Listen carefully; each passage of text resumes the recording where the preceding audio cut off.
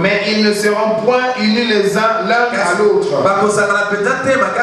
De même que le fer ne s'allie point avec l'argile. Et puis il explique, dans le temps de ces rois, le Dieu des cieux suscitera un royaume qui ne sera jamais détruit. Et bien là où maintenant il parle, laissez-moi seulement le lire, laissez-moi le lire, qui ne sera jamais détruit et qui ne passera point sous la domination d'un autre peuple. Il brisera et anéantira tous ces royaumes-là et lui-même subsistera éternellement.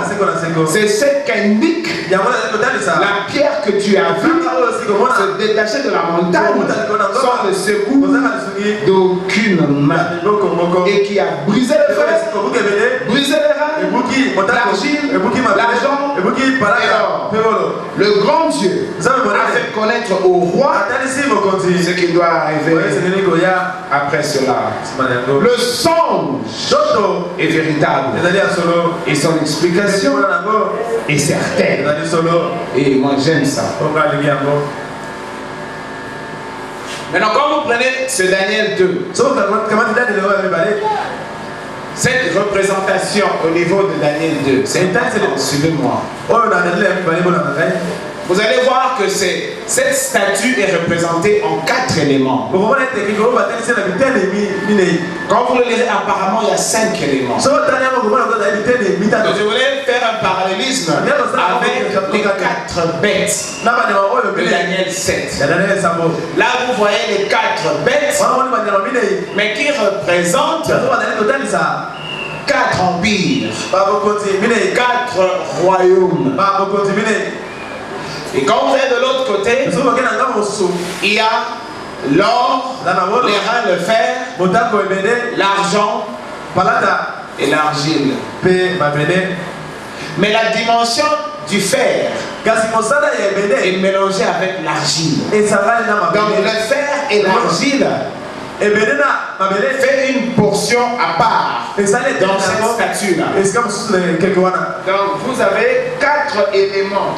Donc vous avez l'or, vous avez le fer, vous avez l'argent, vous avez les reins. Donc ça fait 4 sections. Donc quand Nebuchadnezzar regardait cette immense statue, il le voyait sectionné en 4 parties. Donc chaque niveau du corps avait une couleur différente. Amen. Oh, excusez-moi, je voudrais lire ça. Alors le fer, l'argile, les reins, l'argent et l'or furent brisés ensemble. Ici, quand vous comptez le fer, les reins, l'argent et l'or, ça fait comme 5 éléments. Dans la description de Daniel, le fer et l'argile, ils partagent une même dimension. Le fer est mélangé avec l'argile. Donc il y a 4 sections. Il y a l'or, il y a les reins, il y a le fer et il y a l'argent. Donc ils sont 4.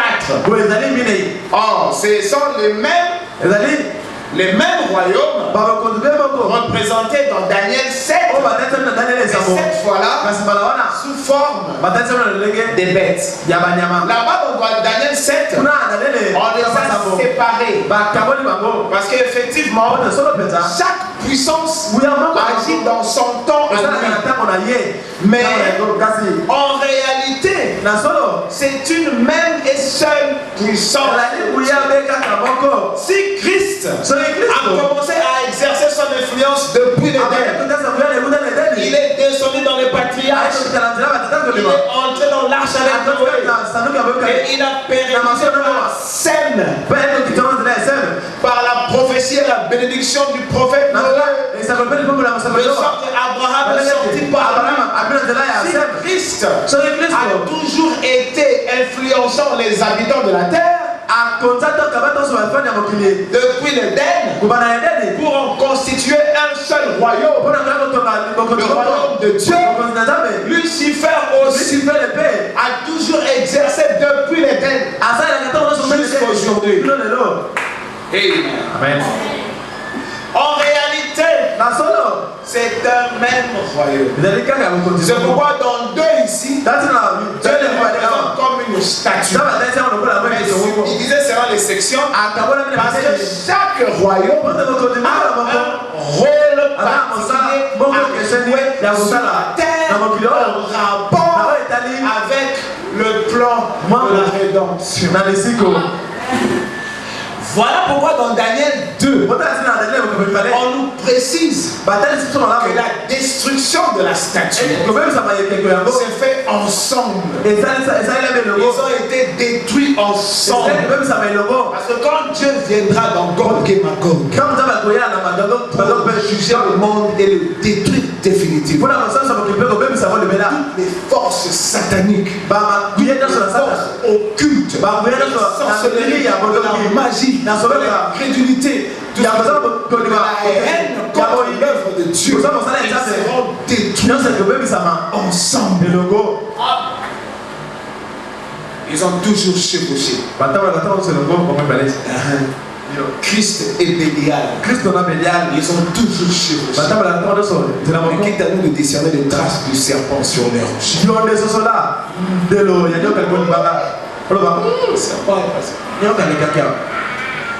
Remarquez, il y avait un empire,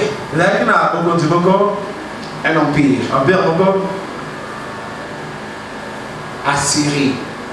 C'était l'une des premières puissances au monde. Mais le Seigneur n'a pas mentionné ça. Il a commencé par la puissance babylonienne. Parce qu'en fait, Babylone est pris comme le siège même de l'astrologie et de la religion païenne.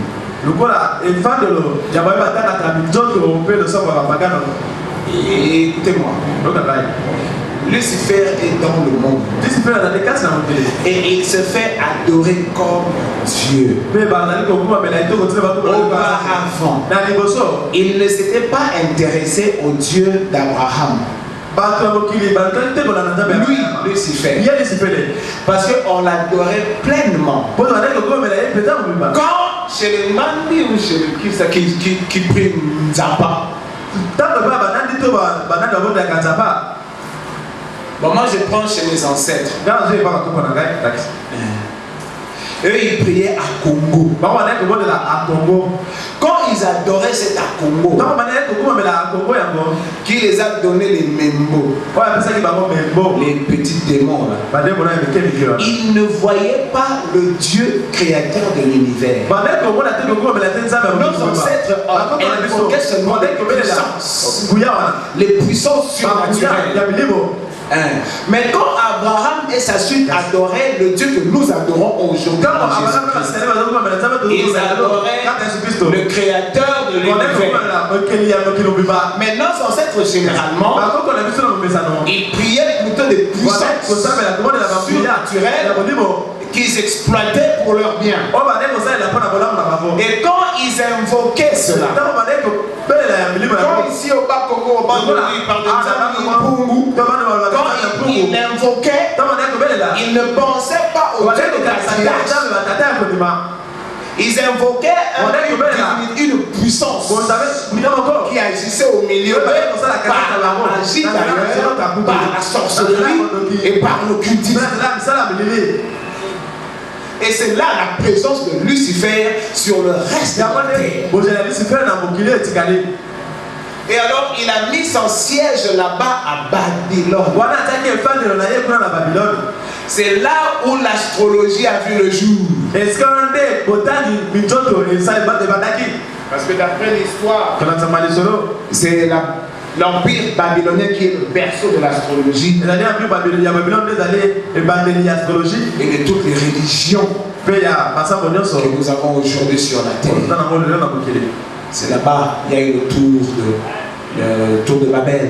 Quand ils se sont organisés pour rester sur place, alors que Dieu avait dit à Noé, remplissez la terre. Le diable vient et il leur prépare cette tour-là. Et nous, on reste ici. Peut-être qu'il vient toujours conduire. Répondez-vous à travers le monde. Mais le diable vient avec son intelligence, on va construire une tour ici.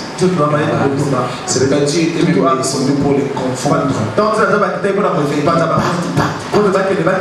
Mais tout a commencé Babylone. C'est pourquoi même le vendredi, je vous avais ramené à une Babylone ici dans l'Apocalypse. Parce que le livre de l'Apocalypse, c'est une parenthèse. Le livre de l'Apocalypse, ce sont les événements qui devaient venir après la Pentecôte de Jésus-Christ. Là dans la chambre, dans les choses que Jean a vues dans l'île de Patmos, c'était des choses qui ne s'étaient pas encore réalisées. C'était des choses à venir. Or, parmi ces choses à venir, il y a une prostituée là, appelée Babylone la Grande. Donc en fait, c'est la puissance de l'empire babylonien qui a traversé les âges, prenant différentes couleurs, différentes formes. C'est ça le problème. Bon, pour aller droit au but, les 4 empires, ça sera peut-être assez pour aujourd'hui. Nous allons aller partie par partie pour comprendre ces choses. C'est alors que nous vous dirons peut-être 2 mois après, si vous aurez compris la particularité du message du temps. Les 4 empires, c'est par rapport à l'histoire.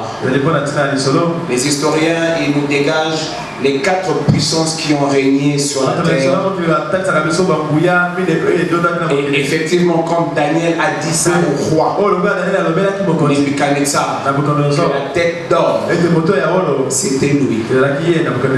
Or, quand la tête d'or est lui, de l'autre côté, la première bête là, qui est le lion ailé, c'est l'empire babylonien. Ils ont constitué une puissance démoniaque sur la terre.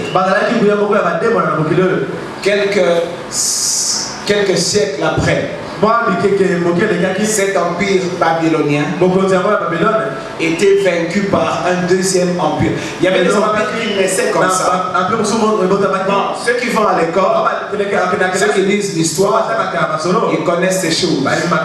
Comment est-ce que le roi Cyrus, lui il était perse. Il a convaincu les Mèdes. Les Mèdes et les Perses étaient des peuples anciens de l'autre côté de l'Orient. Ils habitaient là vers au nord de la Mésopotamie. Plus loin là-bas vers l'Iran aujourd'hui de Saddam Hussein, si vous voulez. À l'époque là, il y avait des peuples, il y avait des Perses et des Mèdes. Et il y avait des Babyloniens comme ça. Mais le roi Cyrus, il a combiné avec les Mèdes. C'est pas on l'appelait l'empire médo-perse.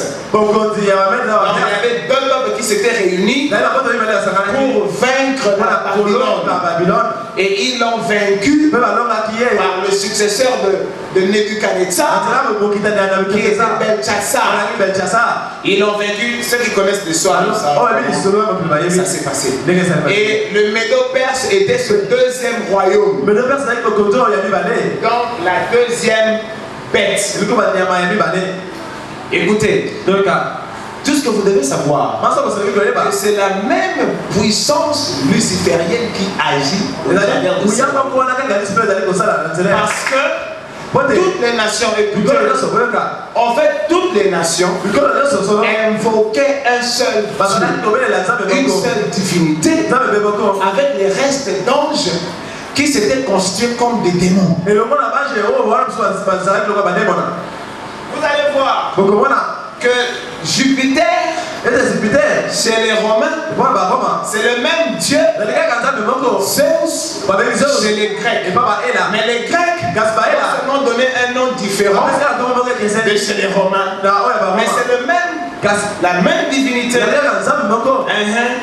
La divinité Astarté. C'est la même puissance diabolique. Mais de l'autre côté de l'Orient, on lui a nommé le nom d'Astarté. Et bien quand vers la Palestine, on a donné le dieu Moloch. Le Moloch, c'est le même Dieu. Quand ici, on a appelé Nzamba,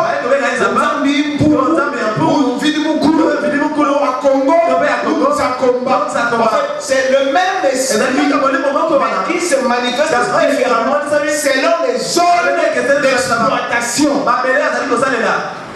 C'est une précision importante. Parce qu'il n'y a que deux forces qui se combattent dans l'univers. C'est la force de Dieu et la force satanique. Après la Babylonie, je voulais vraiment faire ça méthodiquement.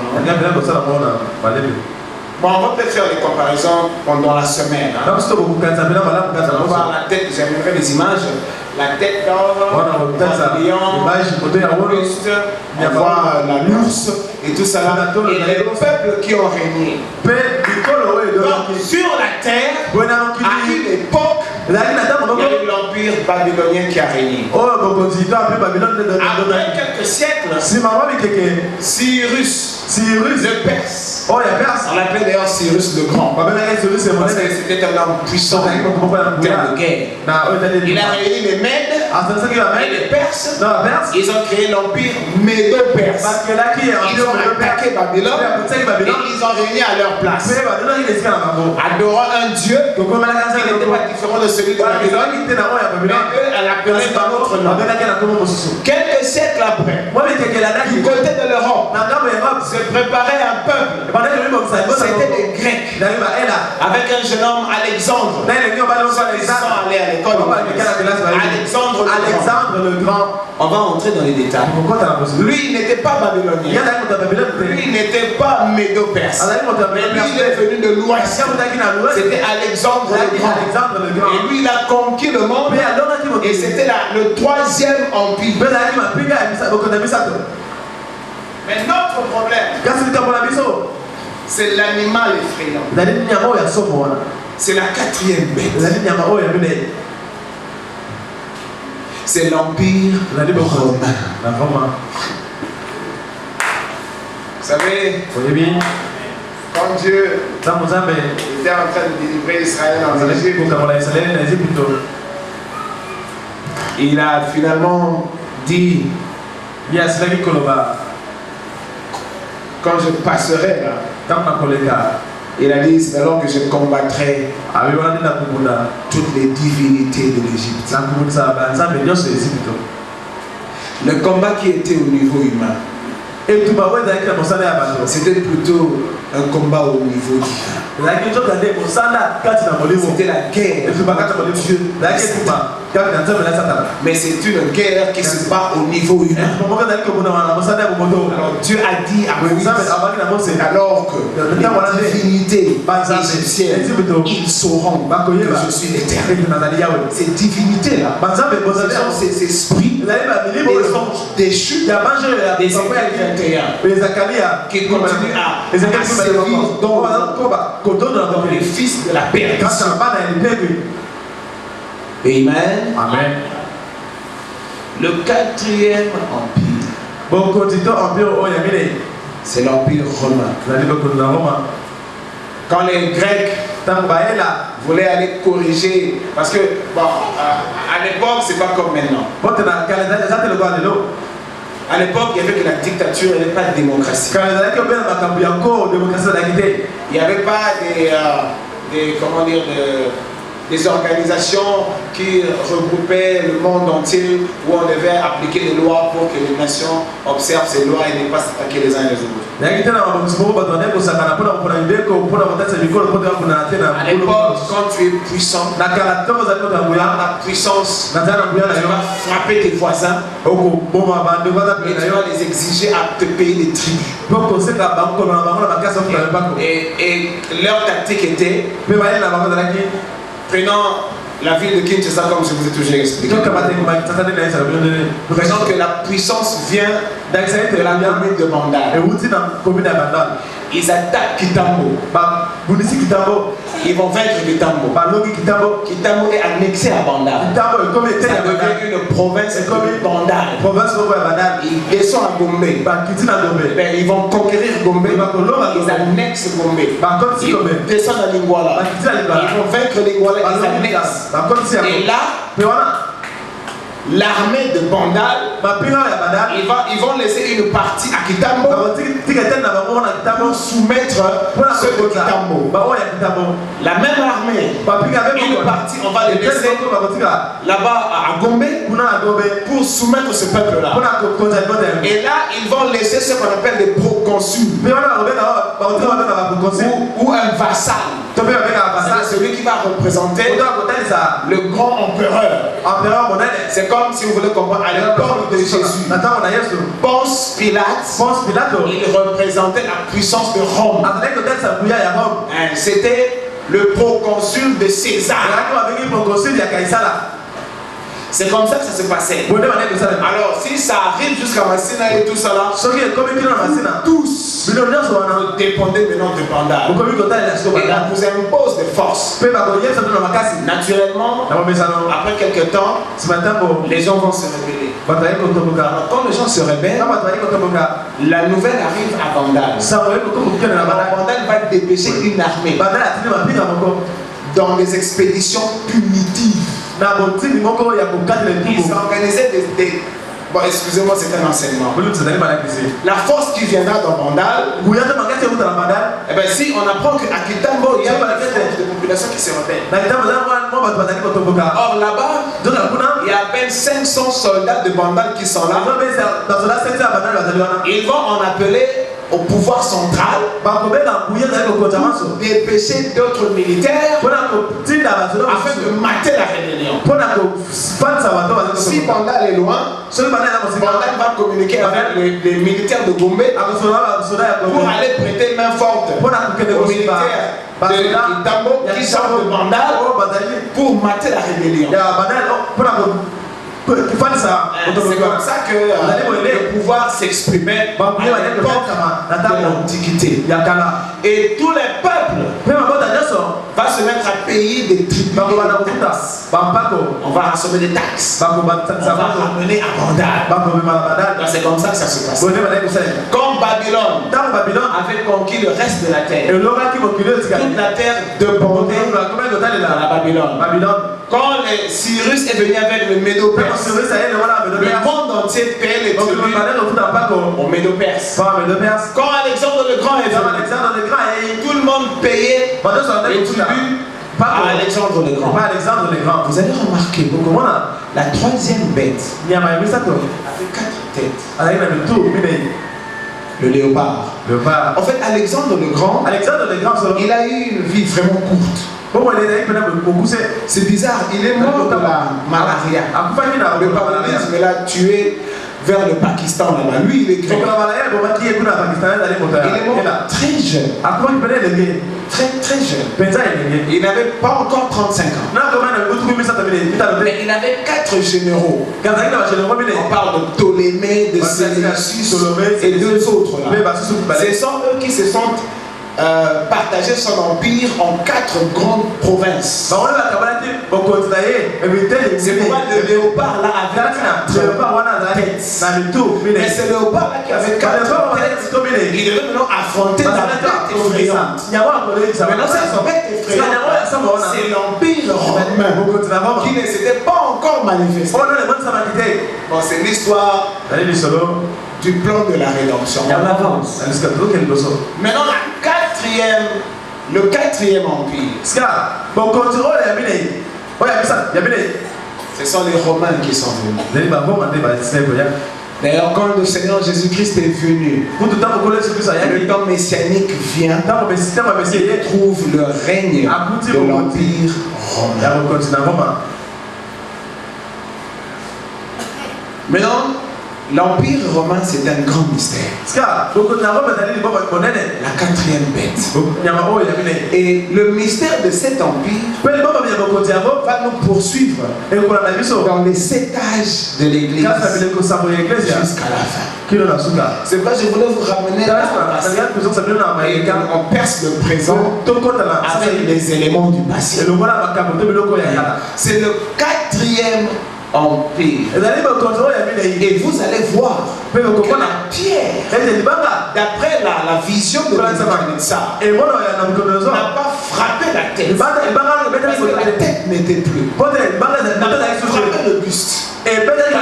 Mais deux perses n'a pas frappé le membre ici, l'abdomen. Non, parce que les Grecs n'étaient plus. Mais ça a frappé les pieds. Et or le fer et l'argile, c'est la quatrième bête.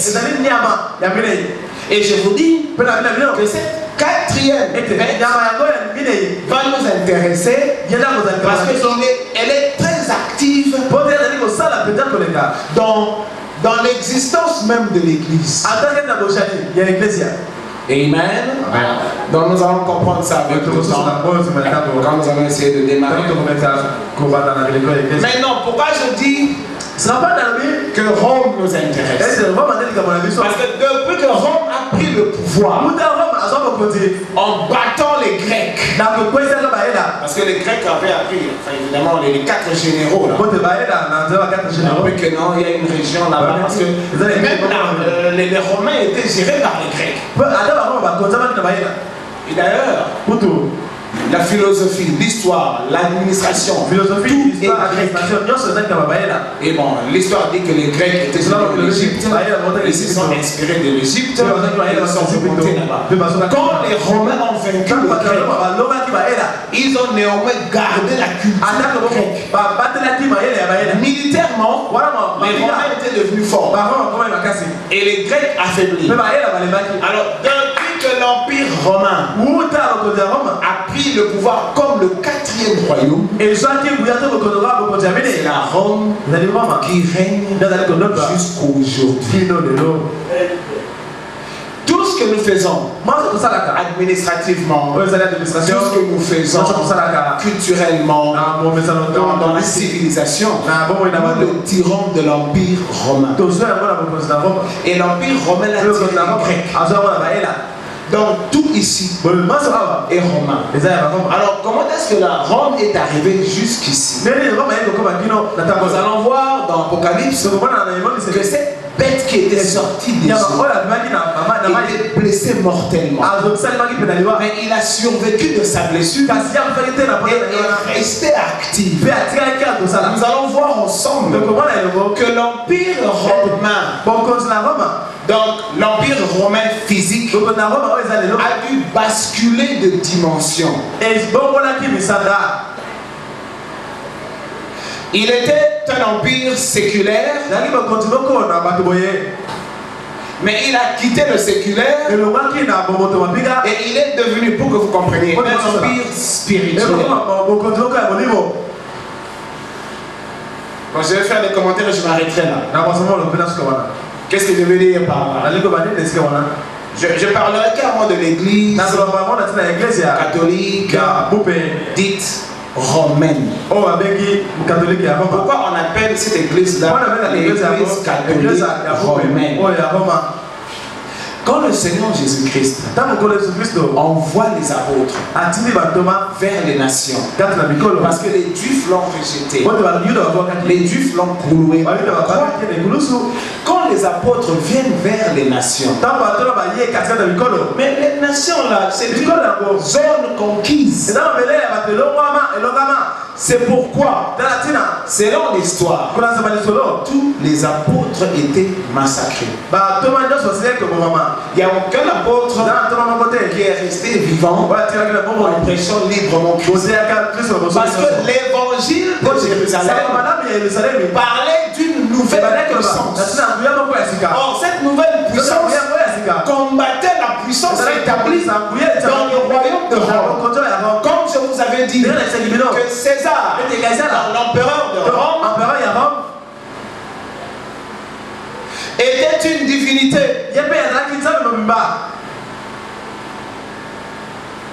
Les païens, ils ne connaissent pas Dieu. Ils ont des dieux qui sont dans les statues où ils adorent les humains. Il n'est pas étonnant que les quelques frères adorent William Branham alors qu'ils ne devaient pas. C'est seulement l'esprit. Ils aiment adorer des dieux qui pensent comme ça. Ils adorent leurs parents, ils invoquent les esprits de leurs parents, ils font de ces esprits-là leur puissance, leur Dieu. Nous devons faire très, très attention à ces choses. Donc, quand Paul commence à prêcher, il trouve une résistance. En fait, le combat est beaucoup plus spirituel. Pierre a été éliminé physiquement. André Jacques éliminé. Et tous, c'est l'empire romain qui les frappait. Paul d'ailleurs, il a fui Jérusalem parce que les sacrificateurs voulaient récupérer et l'éliminer physiquement. Il en a appelé à César. Parce que Paul, comme il était né à Tarse, il est en dehors. C'est l'enseignement. Paul n'est pas né à Jérusalem. Il est né quelque part à la Cilicie. C'est une ville de la Turquie aujourd'hui. Il était citoyen romain, quoi. On croit qu'il était né d'une famille aisée. Il était juif, mais il avait deux identités. Il était aussi citoyen romain et il parlait le grec. C'est ce qui fait que quand Justus voulait le livrer aux pharisiens qui sont allés le chercher à Césarée, là où il était retenu prisonnier, il a eu peur. Qu'on le livre aux pharisiens pour le ramener à Jérusalem, là où on allait le tuer. Il en a appelé à César. Et vous vous rappellerez quelque part quand il était malmené en prison. Il a dit qu'il était citoyen romain. Les gelés a même pris peur. Parce que le citoyen romain, il n'est jugé que par César lui-même. On est allé à Rome. Mais là, à Rome, il est mort. Il est mort en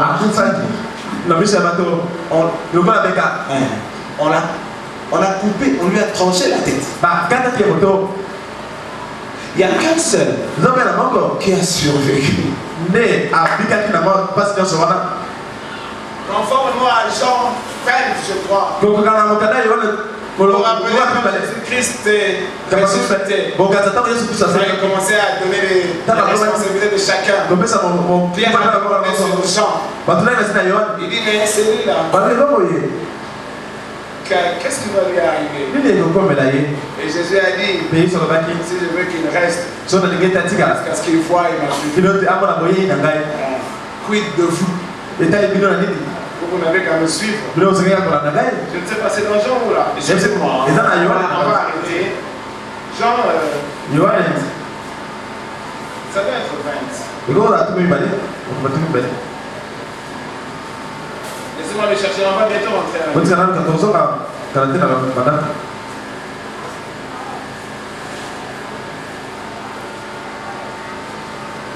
faut que je le trouve. Bon, ok, je crois que ça doit être ici. C'est...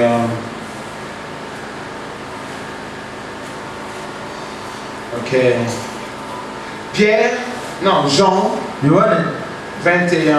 Prenons à partir de 18e verset. Si vous voulez, on va bientôt partir. Bien.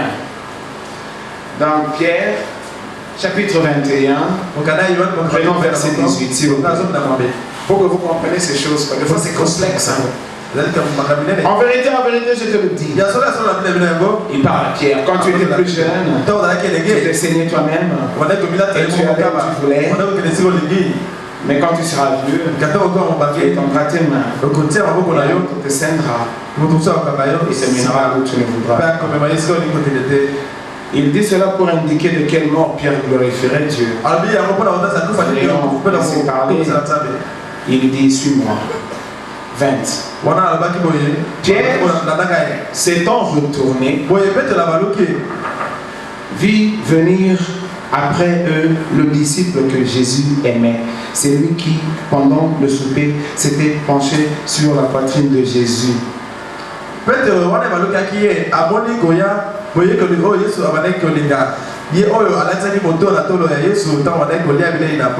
avait dit, Seigneur, qui est celui qui te livre? C'était Jean qui avait dit ça. Là, en le voyant, Pierre dit à Jésus, et c'est lui-ci, Jean, le fils de Zébédée, le frère de Jacques. Pierre dit, mais et c'est lui-ci alors?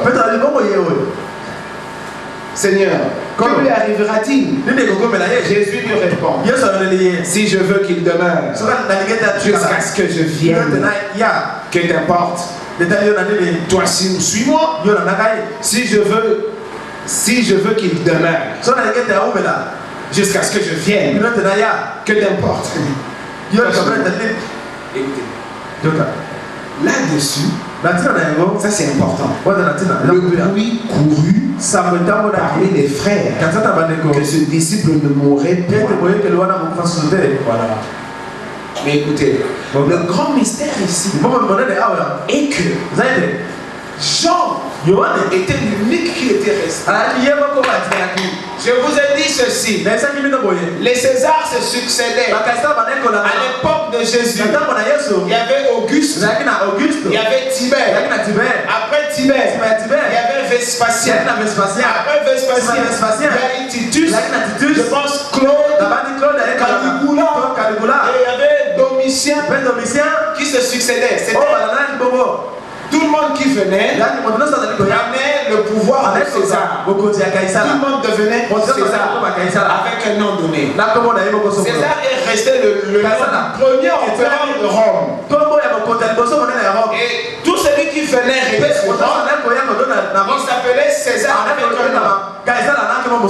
Or, ici à l'époque de l'apôtre Jean, parce qu'il est allé dans l'île de Patmos.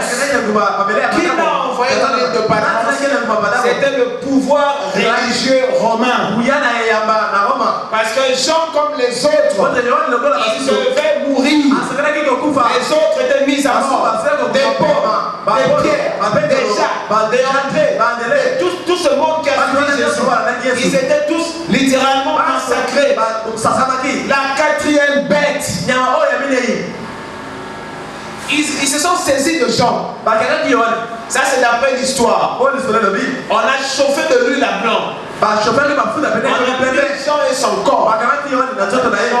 On l'a pris dans le récipient là. On l'a ouvert. Il s'était comme Daniel. La fosse au lion. Rien ne lui est arrivé.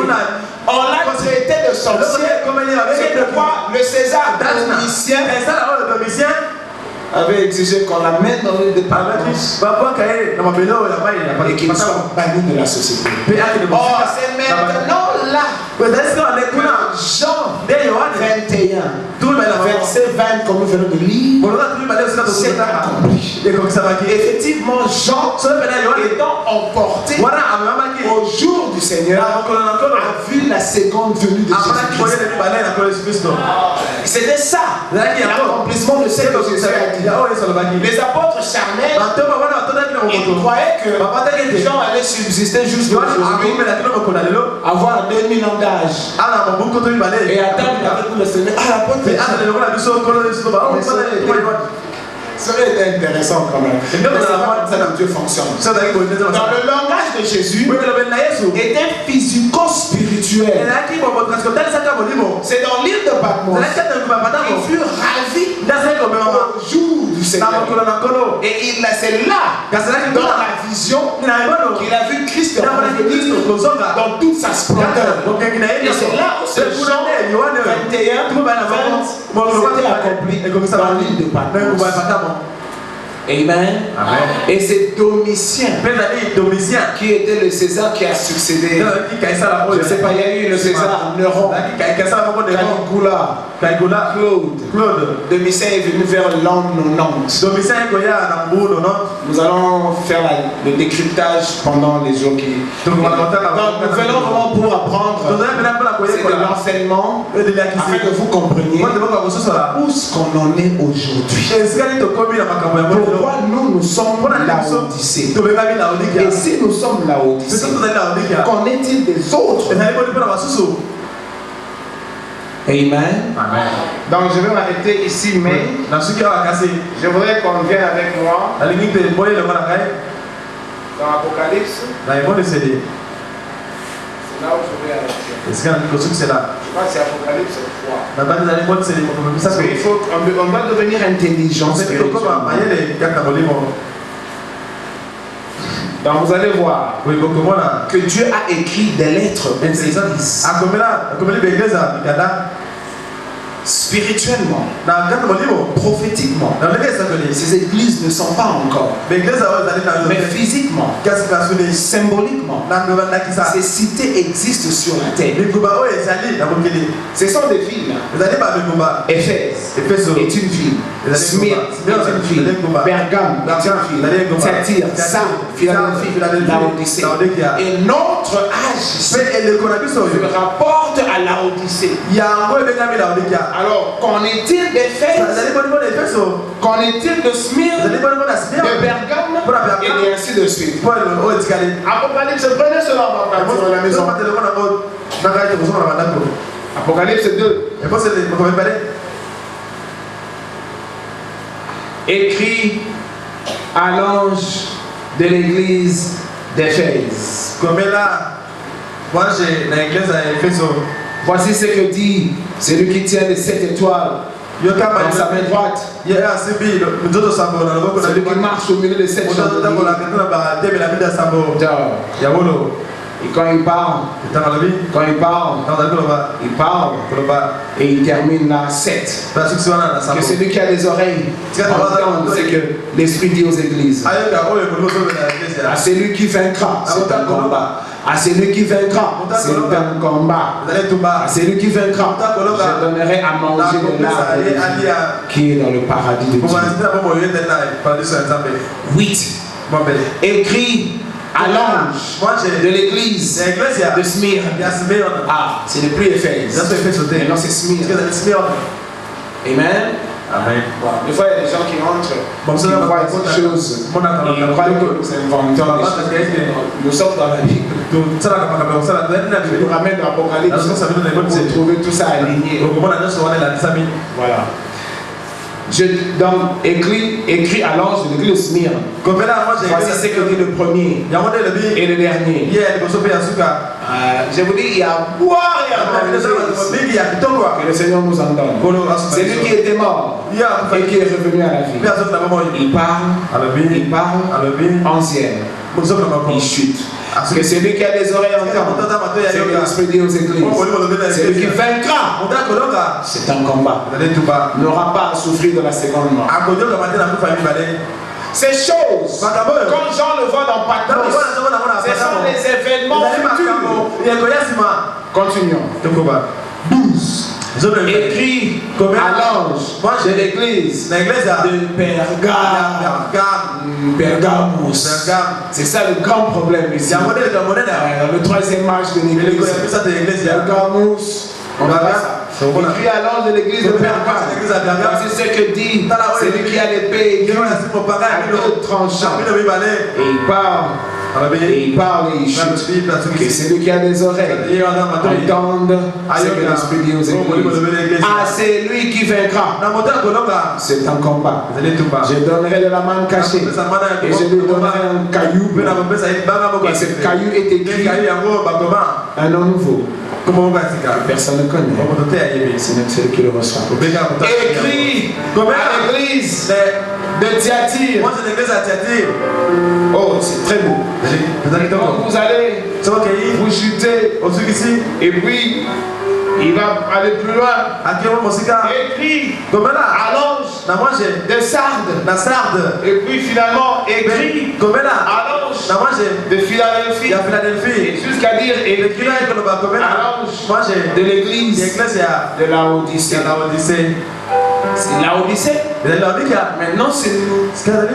Alors nous pouvons maintenant comprendre historiquement qu'est-ce qui s'est passé depuis tous ces 2000 ans. Comment nous partons. Je vous invite que ici, au 7e âge, ici, à la fin du 6e millénaire, Dieu reprend ce qui s'était passé il y a 2000 ans. Pardonnez-moi, selon la prophétie, selon la manifestation du Fils de l'homme sur la terre, selon Luc 17, 20, où Jésus-Christ explique que le Fils de l'homme a 2 interventions sur la terre. Nous avons vu d'après le prophète, la première intervention, c'était quand Jean-Baptiste est venu pour lui ouvrir le chemin. Or, on a vu ensemble pourquoi Jean-Baptiste devait-il venir pour lui préparer un peuple disposé. Selon ma parole, ce ministère croîtra avec la puissance de l'île pour préparer au Seigneur un peuple disposé. Alors que tout le monde allait au temple. Le jour de la Pentecôte, tout ce monde qui s'était arrêté pour dire à Pierre, ça c'est quoi ça? Ils allaient tous au temple. Donc ils adoraient Dieu. Pourquoi Dieu devait-il caler d'eux et provoquer Jean-Baptiste qui devait sortir de là, en dehors de la ville, pour préparer un chemin? Là dans le Jourdain, dans la brousse. Qu'est-ce qu'ils faisaient les pharisiens? Ils enseignaient la parole de Dieu. Qu'est-ce qu'ils faisaient les scribes? N'est-ce pas qu'ils enseignaient? Le peuple était enseigné. Spirituellement, ils avaient le temps. Mais Dieu a envoyé Élie à Jean-Baptiste. Or, le Messie qui vient, présenté par Jean-Baptiste, le même Messie, d'après Luc 17, il devait de nouveau venir. Parce qu'il a 2 interventions. Et selon ce que nous connaissons, d'après Ésaïe 61 et d'après Apocalypse 5. Alors vous vous rappelez de ces choses. Isaïe 61, il annonce un jour de grâce et il annonce un jour de colère. Et c'est lui qui l'annonce. C'est le Fils de l'homme. Or, il y a 2000 ans, il est venu, il a été précédé par l'esprit d'Élie à cause de la corruption au sein de la religion. Ils étaient religieux, mais Dieu n'était plus à la. Or, on a fait le parallélisme. Ils sont sortis de l'Égypte. Ils étaient à Canaan avec un seul message, un seul peuple, une seule doctrine. Fil de temps. Fil de temps. Ils réfléchissaient. Puissance extérieure. Commencer à ajouter. Christ leur a dit que vous ajoutez la tradition des hommes dans la parole de Dieu. Au fil de temps, tous ces empires ici influencé Israël. Si. Parce que Israël était en captivité à Babylone. Ils ont été influencés par leur religion. Quand les Médo-Perses sont venus, ils ont influencé Israël. Quand les Grecs sont venus et les Romains sont venus. L'histoire dit même que quand Alexandre le Grand est arrivé en Israël, à Jérusalem, pour l'attaquer, ils lui ont laissé entrer sans guerre. Ils ont pris le prophète Isaïe. Ils lui ont lu la prophétie qui parlait de sa vie. Alexandre le Grand a conquis Jérusalem sans effusion de sang. Ils étaient influencés. De sorte que comme maintenant Dieu veut le visiter, ils ne trouvent pas la foi. Ils suscitent le chant avec l'esprit de Dieu. Il le met à l'écart. La Bible dit pour lui préparer un peuple. Nous vous avons dit, seuls ceux qui ont été avec Jean-Baptiste ont suivi Jésus. Les autres l'ont combattu jusqu'à l'amener à la croix. Il fallait passer par Jean-Baptiste. Ici, pour les nations, à la Pentecôte, c'est la réplique. On était un seul peuple, une seule nation, une seule doctrine, la doctrine des apôtres. Et la doctrine des apôtres, c'est la Bible dans sa totalité. C'est la Bible dans seulement ce qu'elle dit. Je vous ai dit au début ici que le prophète nous met en garde par rapport à l'église. La chose qui déroute le chrétien aujourd'hui, c'est l'église qui fait des compromis avec la parole de Dieu. C'est comme William Branham dit, quand Dieu vient, il ne viendra pas sauver les méthodistes, sinon les baptistes sont perdus. Il ne viendra pas sauver les protestants, sinon les catholiques sont perdus. Il n'a rien à voir avec pentecôtistes, baptistes, tout ce que vous voulez, panamistes. Il n'a rien à voir. Dieu viendra nous juger selon sa parole. Il vient nous juger selon sa parole. Moi j'étais baptiste. Les baptistes croient une partie, laisse une partie. Moi je suis protestant. Non. Dieu considérera ça. Il y a beaucoup de croyants dans le monde ici. Ils mettent la confiance en leur église. Ils mettent la confiance en leur pasteur. Je vous dis la vérité. Le prophète nous a dit, même quand Dieu parle, vous devez écouter la voix de Dieu et mettre cette voix à l'épreuve. Voici ça convient avec la parole de Dieu. Parce que le diable, c'est le grand imitateur. Le diable imite. Il n'imite pas le diable. Il imite Dieu. Pour distraire les enfants de Dieu. C'est ce que le prophète nous a dit en garde. Ce n'est pas ce que le pasteur a dit. C'est ce que la Bible a dit. Vous allez voir l'église catholique comme on a fait beaucoup de choses. L'église catholique a imposé des choses qui sont antichrist. Mais on a appris aux catholiques à obéir à l'église.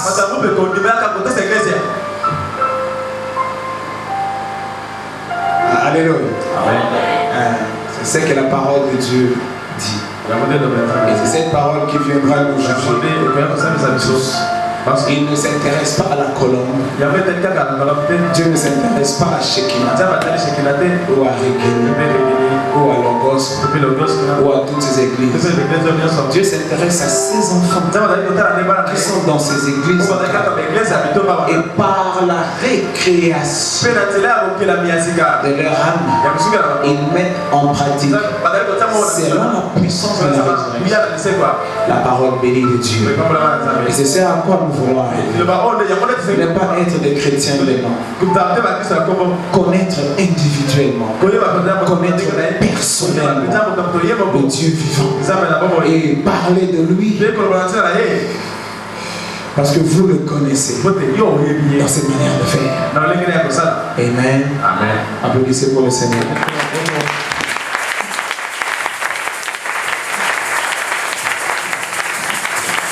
On va se lever.